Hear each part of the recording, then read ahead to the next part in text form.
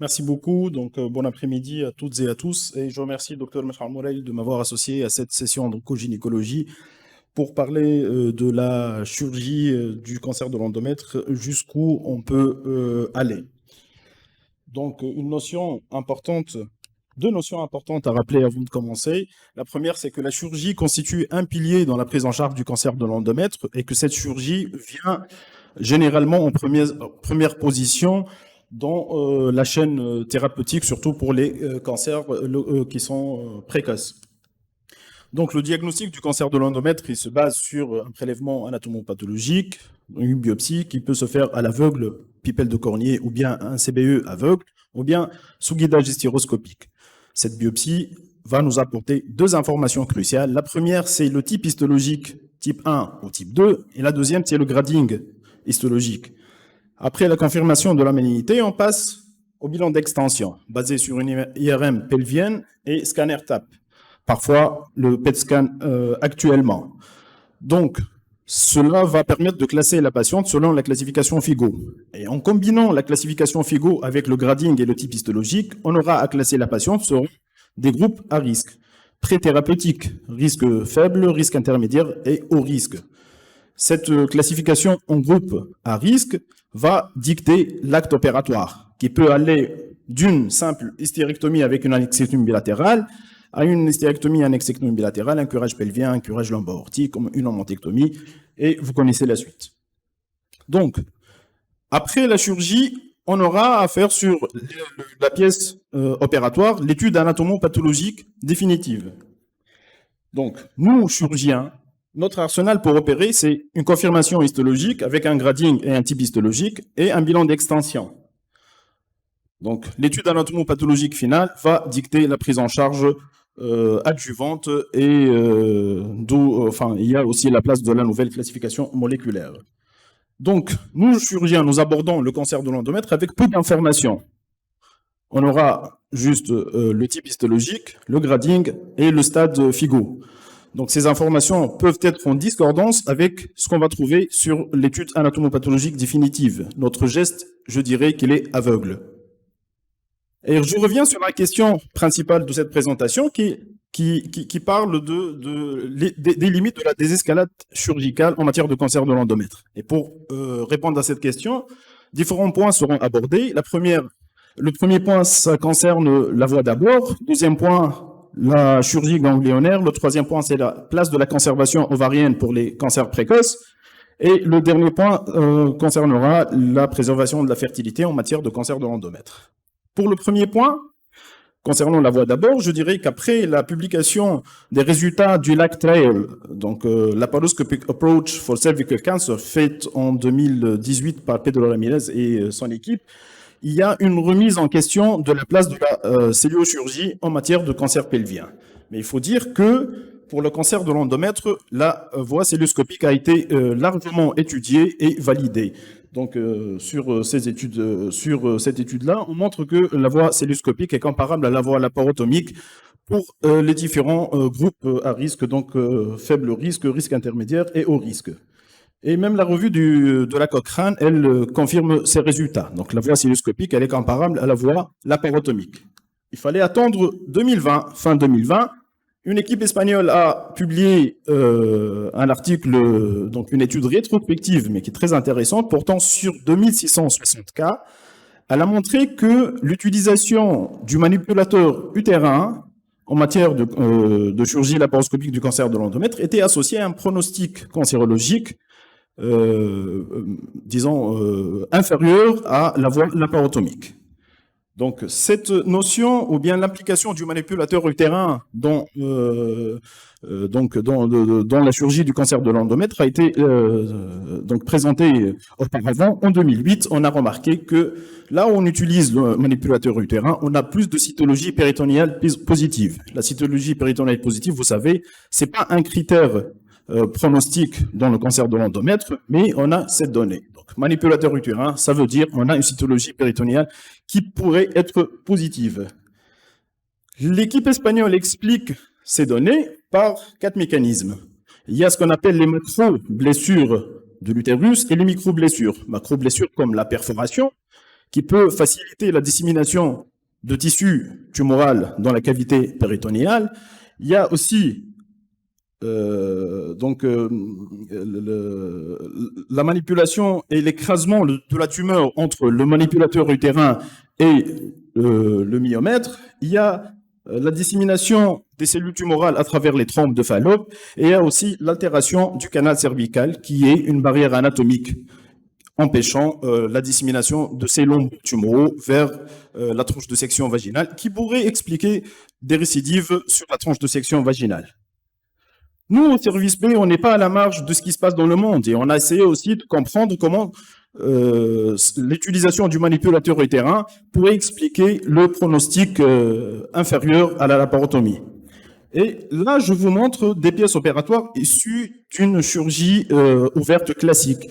Donc, comme vous voyez, le canal cervical il est étanche. C'est une barrière anatomique qui permet d'empêcher la dissémination de lambeaux tumoraux vers la tranche de section vaginale.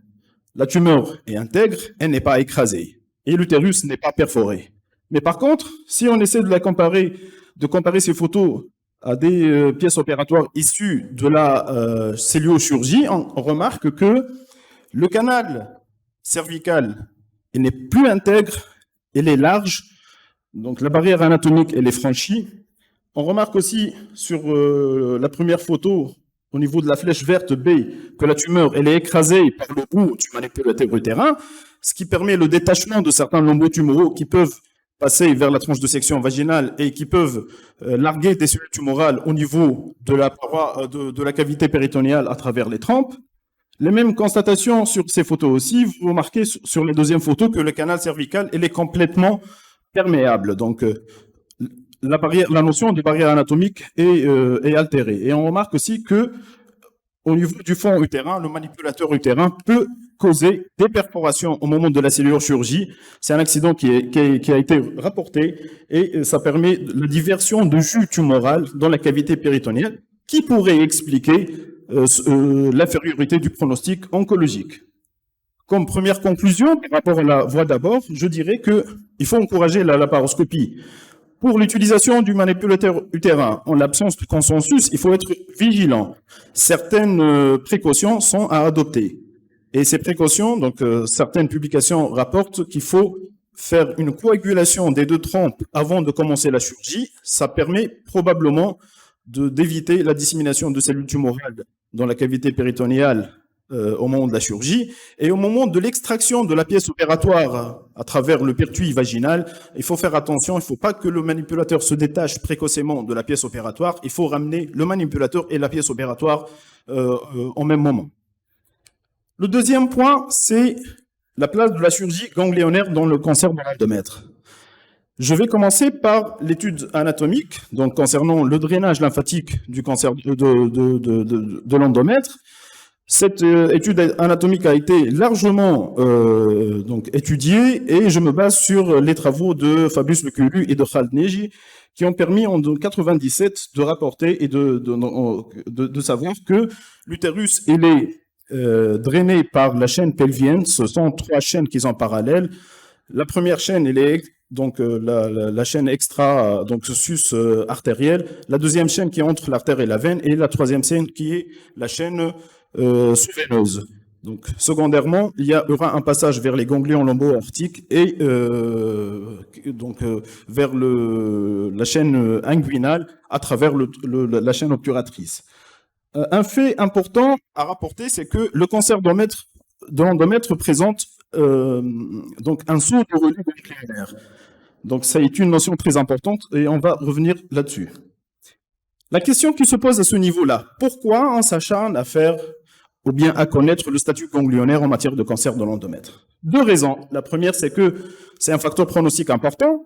Une tumeur classée 1A par la présence d'une seule adénopathie positive, elle passe directement en 3C. Et la deuxième, c'est que le statut ganglionnaire, il peut indiquer ou bien indiquer la radiothérapie en adjuvant.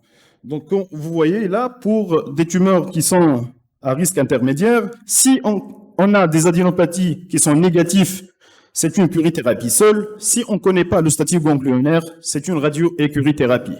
Donc c'est important de connaître le statut ganglionnaire. Donc cette chirurgie ganglionnaire, on est actuellement en pleine désescalade. On a commencé initialement par un curage pelvien, par la voie, un curage ganglionnaire je dirais, par la voie laparotomique pour toutes les patientes. Et après on a commencé à essayer la voie cœlioscopique. Après on s'est dit, bon, le curage n'est pas systématique pour toutes les patientes. Et on a sélectionné les patientes à haut risque de récidive. Et là, il fallait faire du curage ganglionnaire. Actuellement, on est dans l'ère du ganglion sentinelle et demain, on sait probablement, je ne sais pas, on pourra décliner l'indication de la chirurgie ganglionnaire. Et on va voir ces étapes une à une. Donc, concernant le curage laparoscopique, donc les premières études, c'est des études qui ont été publiées en 2002 et c'est les études, enfin, c'est une étude faite d'après les travaux de Fabrice Lequelu et de Khaled Neji, qui ont pu montrer que le curage cœlioscopique est faisable, techniquement.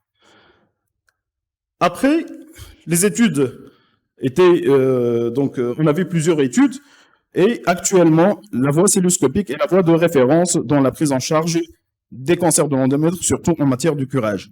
Cette voie d'abord, elle est associée à moins de complications, moins de spoliation sanguine, et en plus, elle permet de ramener, comme vous le voyez sur le deuxième tableau en bas, elle permet de ramener plus de ganglions que la voie laparotomique.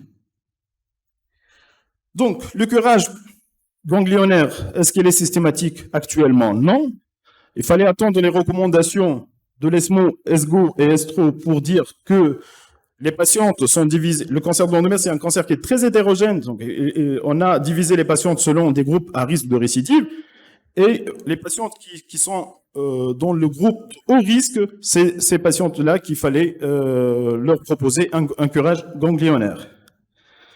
Pour les femmes ou bien les tumeurs qui sont classées en bas risque, la possibilité d'avoir des métastases ganglionnaires, elle est de 2 à 4%. La même chose pour le risque intermédiaire, ça n'indiquait pas le curage ganglionnaire, alors que pour les tumeurs à haut risque, les métastases ganglionnaires sont observées entre 20 et 25%. Il faut faire un curage ganglionnaire. Donc, je reviens sur la notion de saut de relais. Donc là, il y a une publication une étude faite à la Mayo Clinique portant sur 280 patientes. Sur les 280 patientes, on a 22% des patientes qui avaient des métastases ganglionnaires, 55% avaient des métastases pelviennes et lombo-aortiques, et vers la fin, on a 7% des patientes qui avaient des métastases lombo-aortiques alors que le pelvien était sain. Donc ça appuie cette théorie de saut de relais ganglionnaire. Concernant le ganglion sentinelle, je remonte un peu vers les années 60, là, l'idée de faire un curage partiel et d'avancer après, c'était une idée portant sur le cancer de la parotide. Vers la fin des années 80, on a commencé à travailler sur le ganglion sentinelle en matière de cancer du sein. Et après, donc en 2002, on a commencé à penser à cette technique pour le cancer de l'endomètre. Donc la biopsie du cancer de l'endomètre, la première publication en 2002, chapeautée par Fabrice Lequelu, il a montré que c'était faisable techniquement, mais les résultats étaient décevants par rapport au marquage du premier relais ganglionnaire. Il utilisait le bleu patenté et l'isotope. Et après, les études se sont multipliées et actuellement, c'est une technique qui est validée. Je vous présente une méta-analyse publiée dans l'American Journal. Donc, c'est une méta-analyse qui dit que la technique du ganglion sentinelle, c'est une technique qui a une bonne spécificité et une bonne sensibilité dans la détection des ganglions, des métastases ganglionnaires, que le verre d'indocyanine est le marqueur le plus indiqué pour la détection de ces métastases ganglionnaires et les plus performants que le bleu patenté et que l'isotope, et que surtout le pronostic oncologique en termes de survie globale et de survie sans récidive, c'est le même. Si on fait un curage complet ou bien on fait un ganglion sentinelle. Et d'ailleurs, on a actuellement des recommandations. Donc les Français, à travers l'ASFOG et le C1GOF, il indique pour les groupes bas risque un ganglion sentinelle. L'ESMO n'indique pas de geste ganglionnaire, alors que l'NCCN, les Américains, il indique un ganglion sentinelle aussi. Pour le groupe intermédiaire, les Français, ils indiquent un ganglion sentinelle. L'ESMO indique un curage complet pelvien et lombo-aortique, alors que les Américains indiquent toujours un ganglion sentinelle. Et surprise pour le groupe haut risque, les Français indiquent un curage complet pelvien et lombo-aortique, de même pour l'ESMO, alors que les Américains, ils peuvent avancer aussi le ganglion sentinelle. Et on voit que l'indication du ganglion sentinelle, elle prend de plus en plus du terrain. Donc, si on a un ganglion sentinelle qui est positif et on est en situation d'étude anatomopathologique extemporanée, il faut compléter par un curage lombo-aortique. Si on est en situation d'étude anatomopathologique finale après le geste opératoire, on insiste sur le fait que l'ostagique par imagerie trouve sa place. Il faut pas reprendre la patiente. Donc là, c'est une étude qui est récente et qui parle de l'impact de cette technique dans les patientes qui sont classées en 3C. C'est pour vous dire que c'est une technique qui gagne de plus en plus d'indications et de terrain. Une question qui se pose: pourquoi tout cet acharnement contre le curage ganglionnaire? On peut le faire et tout est clair. Mais pourquoi cette désescalade? 3 raisons. La première raison, c'est qu'il y a une discordance généralement entre ce qu'on trouve en préopératoire et en post-opératoire. Et sur cette étude chinoise, on a, sur 83 patientes opérées pour un cancer de l'endomètre, le staging post-opératoire était discordant par rapport au staging préopératoire basé sur l'imagerie chez 15 patientes. Sur cette plaque, on voit que cette discordance elle est très importante et 50% des patients qui ont été classés stade 2 FIGO cancer de l'endomètre sont réellement des stades 1A. Et que 100% des patientes classées stade 3A, c'est-à-dire avec une atteinte de la séreuse ou bien des annexes, c'est réellement des patientes classées 1B. Je vous dis ça parce que c'est des patientes qui ont eu à tort des curages pelviens. La deuxième raison pour indiquer cette désescalade en matière de chirurgie ganglionnaire, c'est que faire un curage ganglionnaire ou ne pas le faire, donc ça implique le même pronostic oncologique. Et cela concerne le bas risque, le risque intermédiaire et le haut risque. Troisième raison, donc je soulève cette étude de la Cochrane qui montre que le curage ganglionnaire il est associé à des complications qui sont en rapport avec le geste opératoire lui-même, c'est généralement des plaies vasculaires, des complications par rapport à la décompensation du certain tare. Comme vous savez, le cancer de l'endomètre, il survient chez des personnes qui sont tarées, donc une décompensation du diabète et d'autres tares en post-opératoire, et des complications qui sont spécifiques, surtout la lymphocèle et le lymphédème, sans pour autant changer le pronostic oncologique. Donc tout ça nous pousse à poser une question par rapport à cette stadification ganglionnaire. Le troisième point de notre présentation concerne la conservation ovarienne en matière de chirurgie du cancer de l'endomètre. Plusieurs études ont été publiées. Tout le monde s'accorde que ça concerne les patientes classées 1A FIGO. Cette étude chinoise, donc, elle appuie cette indication, mais avec des limites. On n'a pas parlé, on n'a pas pris en considération l'âge des patientes, le grade histologique et les invasions lymphovasculaires. Pour la préservation de la fertilité, toutes les études convergent vers une seule indication. Ce sont des femmes qui ont moins de 40 ans, qui ont un carcinome endométrioïde grade 1, 1A, et qui est confiné à l'endomètre. Certains auteurs poussent l'indication vers des carcinomes endométrioïdes qui ont une invasion superficielle du myomètre, mais reste à définir le terme superficiel. En absence de consensus, je pense qu'il faut toujours garder la première indication. Plusieurs protocoles ont été proposés. Certains proposent des progestatifs à forte dose.